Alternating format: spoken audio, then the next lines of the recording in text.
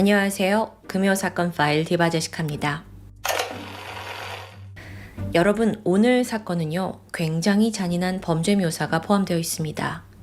아마도 그것 때문에 영상이 유튜브에서 제한을 받을 수도 있어요.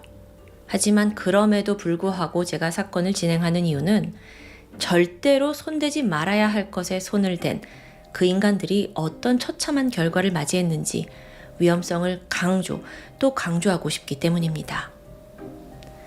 2014년 6월 8일 아침 7시 15분쯤 부산시 해운대구 우동에 있는 아파트에 살던 한 주민이 이 이른 아침부터 쩌렁쩌렁하게 울리는 고함 소리를 듣게 됩니다. 어디서 소리가 나나 싶어 현관문을 열었죠. 그리고 그 방향을 딱 쳐다봤는데 믿기지 않는 광경이 펼쳐져 있었어요. 한 남성이 아파트 복도 창문을 활짝 열고 뛰어내리겠다면서 투신을 벌이고 있는 겁니다. 그런데 이 남자의 상태가 심상치 않아요. 온 몸에 피가 잔뜩 묻어 있고요. 또 손에는 칼을 움켜쥐고는 고래고래 소리를 지르는 겁니다. 주민이 황급히 집 안으로 뛰어들어가서 신고 전화를 했죠. 여기 이상한 남자가 있어요. 막 피 묻어 있고 뛰어내리려는 건지 빨리 좀 와주세요. 경찰은 즉시 해당 아파트로 출동했습니다. 다행히도 난동을 부리던 그 남자를 제압했고 체포하는 데 성공해요. 이 아파트에서 벌어진 소동이 어느 정도 마무리되는 듯 했지만 더 큰 문제는 그 다음에 벌어집니다. 당시 현장의 복도는 온통 피투성이었어요. 이 혈흔이 남자가 있던 14층부터 시작해서 15층과 16층으로 올라가는 계단까지 쭉 이어져 있더라고요. 근데 이게 누구의 혈흔인 거죠? 경찰이 핏자국을 따라가던 중에 16층 옥상 입구에서 끔찍한 것을 발견합니다. 처참한 모습으로 쓰러져 있는 한 여성. 당시 이 여성의 상태는요, 이루 말로 표현할 수 없을 만큼 너무나 참혹합니다. 얼굴이 거의 난도질을 당했다는 표현이 맞을 정도로 형체를 알아볼 수 없었어요. 게다가 머리 가죽이 벗겨지고 왼쪽 안구가 적출된 상태였죠. 한눈에도 그가 죽었으리라 생각했는데 세상에나 천만다행으로 숨을 쉬고 있었습니다. 급히 병원으로 옮겨졌고 16시간에 거친 대수술을 감행합니다. 다행히 수술이 잘 돼서 간신히 목숨을 건져요. 자, 이제부터 도대체 어떻게 된 일인지 파악을 해야 되는데 일단 피해자를 이토록 끔찍하게 공격한 장본인은 앞서 자살 소동을 일으켰던 35살의 남성 김 씨입니다. 근데요, 애초에 이게 단순한 살인 미수라고 보기가 너무 어려웠어요. 왜냐면 그만큼 피해자의 상태가 두피가 벗겨져 있었다니까요. 너무나 심각한 거예요, 이건. 그러니까 경찰 또한 이거 김 씨가 제정신으로 저지른 범죄 맞아? 라고 의심이 듭니다. 예상은 적중했죠. 김 씨는 체포됐을 당시 다량의 필로폰을 투약한 상태였고 잡혀온 후에도 환각에 빠져 있어가지고 조사 내내 횡설수설했다고 합니다. 전과 조회를 해봤어요. 그랬더니 폭력 및 마약 혐의로 수감된 전적이 있는 전과자더라고요. 2년 전인 2011년 2월 마약류 관리에 관한 법률 위반으로 집행유예 처분을 받은 상태였는데 그 사건은 집행유예 기간이 경과한 지 3개월 만에 발생한 일입니다. 그런데요, 여러분, 이 사건의 엽기적인 진실은 이게 끝이 아닙니다. 병원으로 실려갔다가 겨우 목숨을 구한 피해자, 당시 31살의 서 씨. 이 서 씨 역시 김 씨와 함께 필로폰을 투약한 사실이 드러납니다. 그러니까 두 사람이 함께 마약을 복용한 거예요. 그러다가 일반인은 상상조차 할 수 없는 잔인한 짓을 저지른 거고요. 우선 체포가 된 남성 김 씨는 시간이 한참 지나서야 환각에서 정신을 차렸고요. 그제서야 전말에 대해 입을 엽니다. 그는 서 씨와 연인 관계고 함께 마약을 했는데 그날 서 씨가 이별 통보를 해서 홧김에 칼을 휘둘렀다라는 거예요. 이어 경찰은 두 사람의 관계에 대해 더 자세히 조사를 했죠. 우선 피해자 서 씨는 과거 술집에서 일하다가 어느덧 자신만의 주점을 차리게 됩니다. 그러다 사건이 있기 1년 전인 2013년 5월에 손님으로 방문한 이 남성 김 씨를 처음 만났고 점점 친분을 쌓게 돼요. 그러다 3개월 만에 본격적으로 연인으로 발전하게 되죠. 하지만 이들의 관계에는 심각한 문제가 있습니다. 사실 김 씨가 가정이 있는 유부남이었어요. 근데 그런데도 불구하고 이 김 씨란 사람이 서 씨에게 엄청나게 집착을 하는 겁니다. 그리고 또 그녀의 환심을 사기 위해 온갖 비싼 선물로 유혹했고요. 그 외에도 그 서 씨가 거주하던 아파트, 거기가 사건 현장인데 이건 역시 김 씨가 계약해준 곳이더라고요. 그러니까 그간 서 씨에게 온갖 지원을 해줬다고 볼 수 있죠. 그런데 이 서 씨, 연인을 향한 그의 마음은 어딘가 좀 비뚤어져 있었어요. 일거수일투족을 통제하더니 어느새 그녀가 자기 외의 다른 사람들과 어울리지 못하도록 서서히 고립시킨 겁니다. 또 이게 서 씨 입장에서는 물질적으로 받는 게 많다 보니까 이 남자 요구를 차마 거절하기 힘들었던 것 같아요. 그렇게 시간이 지나자 결국 서 씨 곁에는 오직 남자친구 김 씨밖에 남아있지 않게 되는데요. 그러던 2013년 12월에 둘의 불륜 사실을 결국 김 씨의 아내가 알게 됩니다. 난리가 났죠. 그래서 두 사람이 잠시 이별을 하나 싶은데 사실 이 김 씨, 남자가 여자에 대한 집착과 미련을 버리지 못해요. 그래서 2014년 4월, 그러니까 4개월 만에, 5개월 만에 다시 둘이 만남을 가졌고 김 씨는 이걸 계기로 아내와 크게 다투면서 이제 관계가 틀리게 되죠. 그러더니 아예 집을 나와서 6월부터는 서 씨와 동거를 시작합니다. 그런데 이 김 씨, 이 남자에게도 유부남이라는 것 말고 더 큰 문제가 있어요. 바로 마약이었죠. 이미 마약에 대한 전과는 당연했고 그런데도 불구하고 정신을 차리지 못합니다. 상습적으로 필로폰을 투약했는데 이 과정에서 내연 여인 서 씨까지 끌어들이면서 결국 이 두 사람이 모텔을 전전하면서 함께 필로폰을 투약하게 된 겁니다. 앞서 김 씨가 아내와 틀어지고 집을 나왔다고 했잖아요. 근데 그리고 나서 서 씨와 동거를 했는데 사실 거기에 대한 결정적인 이유도 이렇게 모텔 다니지 말고 사람들 눈 피해서 좀 더 편하게 이 집에서 약을 투약하기 위함이었죠. 근데 이사를 왔을 때부터 이미 두 사람은요, 약물에 찌들 대로 찌들어 있었어요. 사건 발생 하루 전인 6월 7일 밤 10시부터 당일이었던 새벽 2시까지 그러니까 이미 4시간 동안 두 사람이 총 4회에 걸쳐 몸에 마약을 투여한 겁니다. 내내 환각에 빠져 있었죠. 당연히 제대로 된 사고를 할 수 없었을 거고 결국 인간 이하의 행동을 보이게 된 건데요.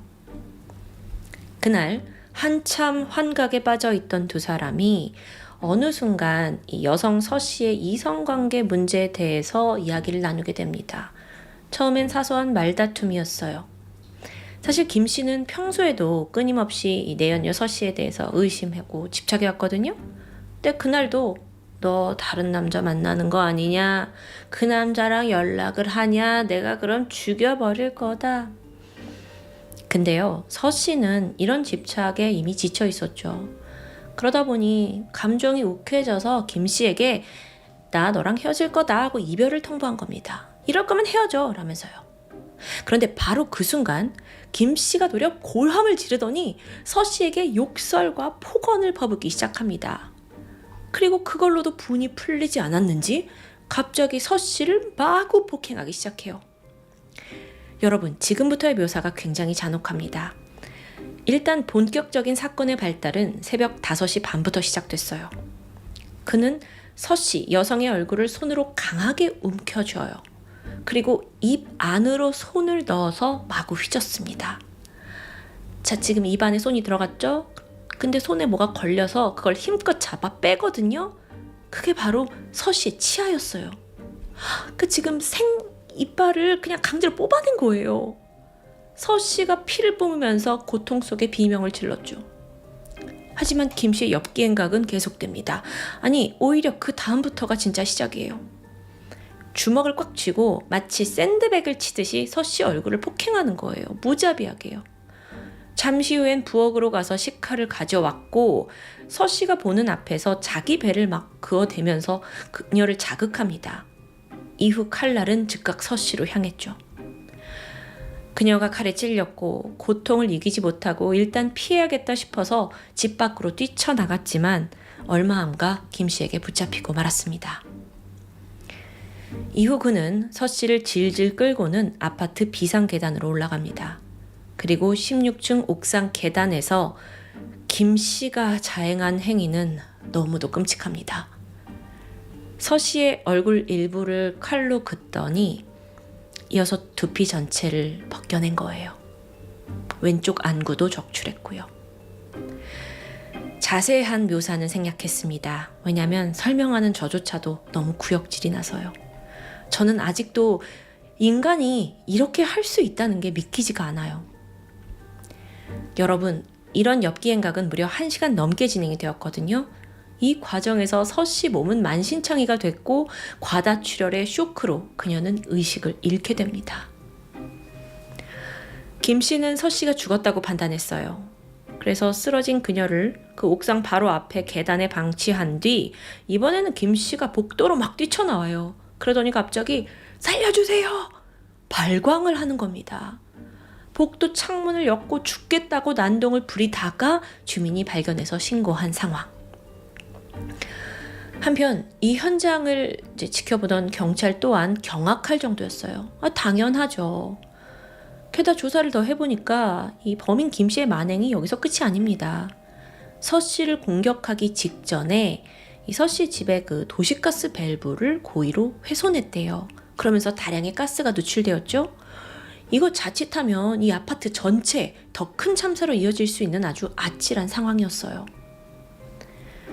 결론적으로 피해자 서 씨는 사망에 이르진 않았습니다.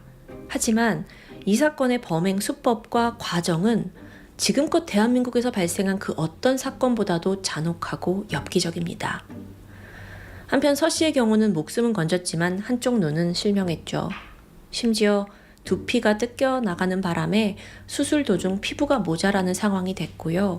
결국 그녀는 한평생 두피의 일부를 드러낸 채 남은 삶을 살게 되었습니다. 감히 말씀드리자면 우리나라 범죄 역사상 가장 잔인하다고 손꼽히는 살인 미수 사건. 그렇다면 김 씨는 어떤 형량을 받았을까요?